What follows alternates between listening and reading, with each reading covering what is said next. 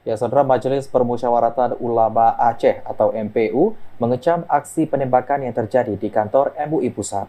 MPU Aceh menilai aksi penembakan yang terjadi dilakukan oleh oknum yang telah terpapar dengan aliran sesat. Aksi penembakan terjadi di kantor Majelis Ulama Indonesia atau MUI Pusat pada Selasa siang kemarin. Menanggapi aksi penembakan yang terjadi di MUI Pusat, Majelis Permusyawaratan Ulama atau MPU Aceh pun mengecam dan menyesalkan aksi penembakan tersebut. Menurut Ketua MPU Aceh Tengku Faisal Ali, peristiwa penembakan yang terjadi di kantor MUI ini merupakan aksi yang dilakukan oleh orang-orang yang menyimpang. Untuk itu dirinya mengharapkan kepada semua pihak untuk terus mewaspadai atas berbagai aksi yang dapat merusak kedamaian yang telah terjalin selama ini.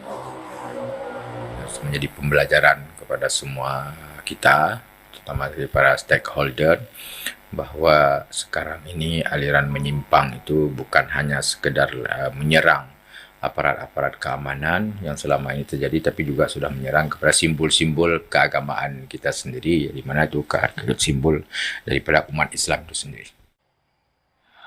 Munculnya berbagai aliran dan juga kelompok radikalisme dikarenakan adanya ketidakseragaman pandangan, sehingga masyarakat dan juga simbol-simbol menjadi target mereka.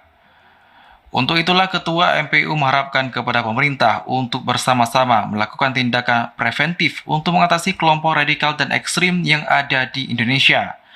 Sementara itu, Ketua MPU Aceh juga mengatakan bahwa pihaknya akan meningkatkan kewaspadaan lingkungan kantor. Meski begitu, pihaknya tidak akan menambah personil untuk pengamanan. Tim Liputan TVRI melaporkan.